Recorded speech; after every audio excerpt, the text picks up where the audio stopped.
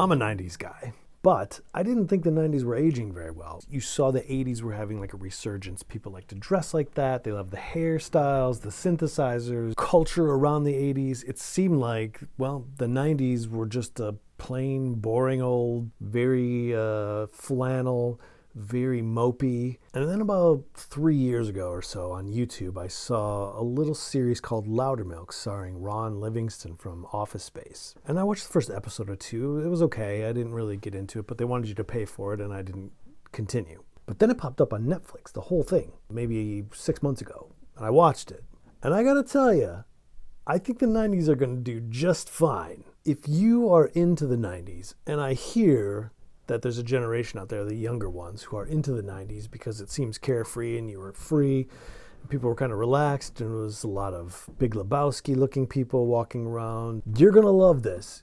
Is it the best series in the world? No, but it's good. And the music is incredible. And there are references to the 90s. And it's all 90s like actors, you know, people who were there, people who aren't pretending to be. It's not that 90s show where you have 22-year-olds pretending to be in 1972 or whenever. And no, these people were actually there. They were making things when it happened, and it's set in Seattle, so you're at ground zero. It's really enjoyable. There's some really funny moments. It made me change my perspective on the 90s. So if you have any interest in the 90s whatsoever, I would highly recommend Loudermilk. I mean, it's not Breaking Bad.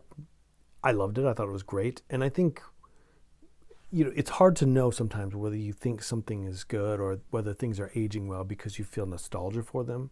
But if, as best as I can, remove myself from being in those moments in the 90s and having those flashbacks to being in bars or in concerts with friends and drinking and being in grunge gear, so to speak, and everyone had a band, including me, and you just kind of take yourself out of that and say, like, is the music, is the culture, is the way that people, there's always like a way that people communicate with each other in the different decades.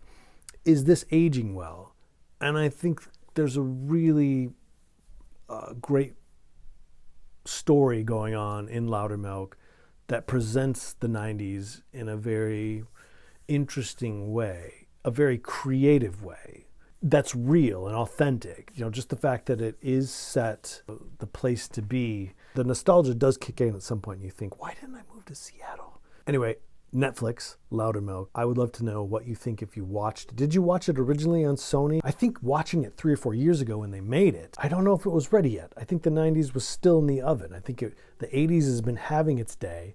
And it's kind of interesting because this is exactly what happened at the time. We were watching 80s stuff. It was super popular. And the one thing that people don't talk about with the 80s a lot of the times is the hairband era at the end. That was big. And that's what kind of killed it. And there are plenty of interviews where you see people who are in hairbands or they're associated with hairbands in the late 80s, very early 90s. And they're like, look, this is old. The whole synthesizer scene is done. The hairband stuff is done. Somebody needs to do something, and then enter Nirvana. It's kind of a similar thing in that the whole culture was enjoying neo 80s fervor, and then people are kind of tired of that, or maybe it's been going on for a while, and so now the 90s are coming back strong. And I'm hopeful for the 90s. I think it could be okay. I think that kid is gonna make it. And I'd love to know what you thought, not just of Loudermilk, but what do you think of the 90s? Are you a 90s person?